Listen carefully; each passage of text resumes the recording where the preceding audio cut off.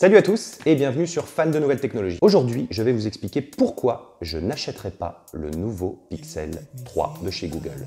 J'ai passé beaucoup de temps et d'heures. J'ai regardé des dizaines, voire des centaines d'heures de vidéos sur YouTube, de tests et sur les sites internet pour savoir quel était le meilleur téléphone du moment. Il y a évidemment Apple avec son XS Max, mais j'avoue que j'accroche pas du tout avec l'OS d'Apple, même si je reconnais que le téléphone est vraiment très beau et excellent au niveau de la vidéo et de la photo. J'ai donc continué de chercher du côté d'Android.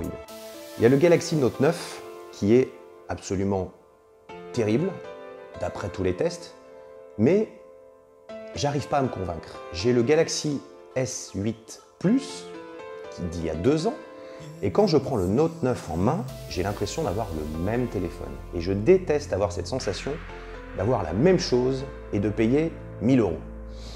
Même si je sais, à l'intérieur, ça n'a rien à voir avec le S8 Plus, il n'empêche que moi j'aime bien, quand je paye 1000 €, avoir cette sensation d'avoir quelque chose d'incroyable entre les mains, comme ce qui s'est passé le jour où j'ai acheté mon premier Note 4 ou mon premier Galaxy S6 doré. Là, j'ai pas cette sensation. Je me suis donc tourné vers une nouveauté, le Google Pixel 3. Sur le papier, il a l'air vraiment cool. J'ai regardé les tests, apparemment, c'est plus ou moins mitigé.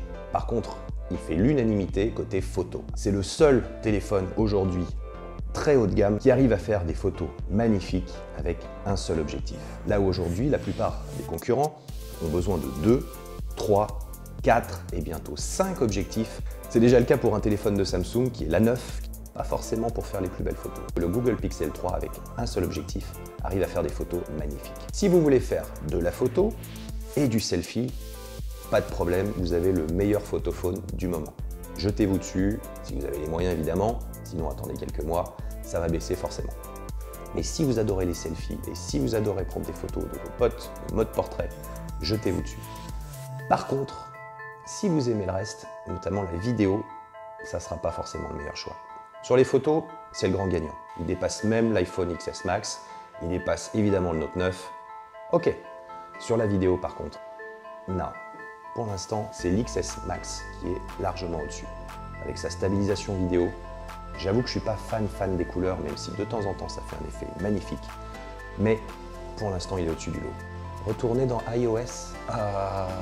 J'aime beaucoup la nouvelle configuration Android qui a été mise dans le Pixel 3. On appelle ça de l'Android pur.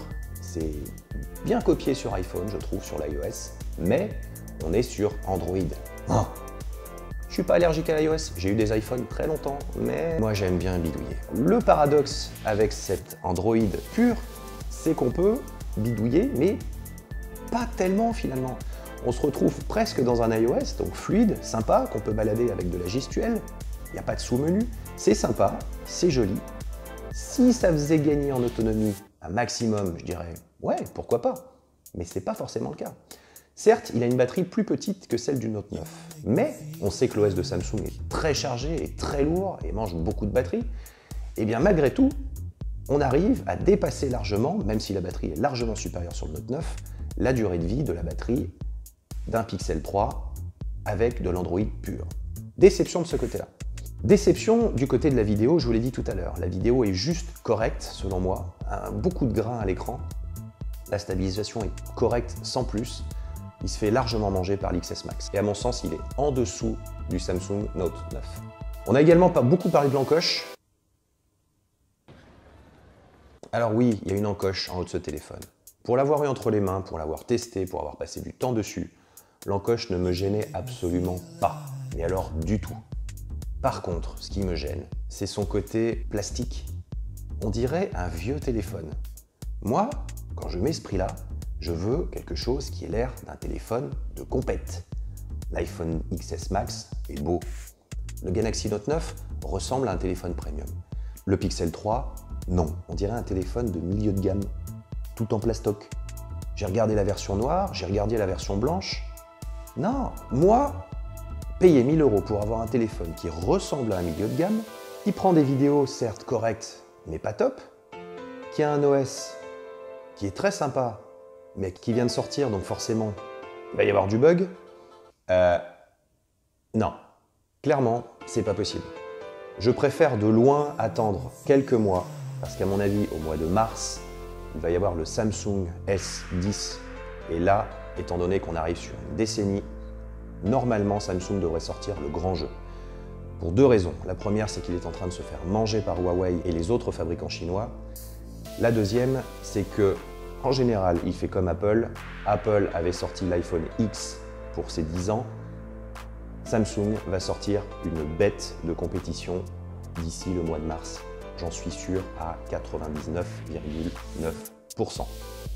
Certains parlent d'un écran total. 0 encoche. 0 encoche. Voire d'un petit O.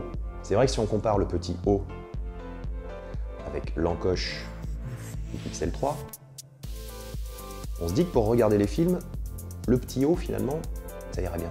Désolé Apple, même si votre téléphone est magnifique et bourré de nouvelles technologies, le prix, c'est juste pas possible. Et l'OS, je peux plus. Je me sens enfermé, j'étouffe. Ouvrez votre OS, s'il vous plaît. Simplifiez le passage des vidéos du téléphone à un disque dur qui se brancherait en USB-C. Des trucs comme ça, quoi, un truc simple. Est-ce que je retourne vers le Note et sa 9e version? Non. Premièrement, d'ici un mois, son prix aura vraiment chuté. Deuxièmement, 2 mois plus tard, un téléphone de légende va certainement sortir. Bon, je vais attendre. Je suis pas à 3 mois près. Je vous informe que j'ai aussi regardé les Huawei Mate 20 Pro, P20 Pro, le OnePlus 6T. Ils sont bien, mais pour l'instant, ils sont en dessous, clairement. Si on veut de la vraie bonne qualité, le top du top, pour l'instant, Apple, Samsung. Les autres se rapprochent, mais ils n'y sont pas encore. Le top du top aujourd'hui en termes de photos et vidéos, c'est Google, Apple, Samsung. Point. Les autres sont bien, ils se rapprochent, mais ils n'y sont pas encore. J'espère que cette vidéo vous aura aidé pour les fêtes de fin d'année. Dans tous les cas de figure, attendez que les fêtes passent avant d'acheter vos téléphones, vous paierez bien moins cher. Et pour les geeks et les impatients comme moi, ça va être dur, mais attendez le nouvel S10 de Samsung. À mon avis, ça va être une tuerie. Si vous avez aimé cette vidéo, likez, partagez, abonnez-vous à ma chaîne. À très bientôt!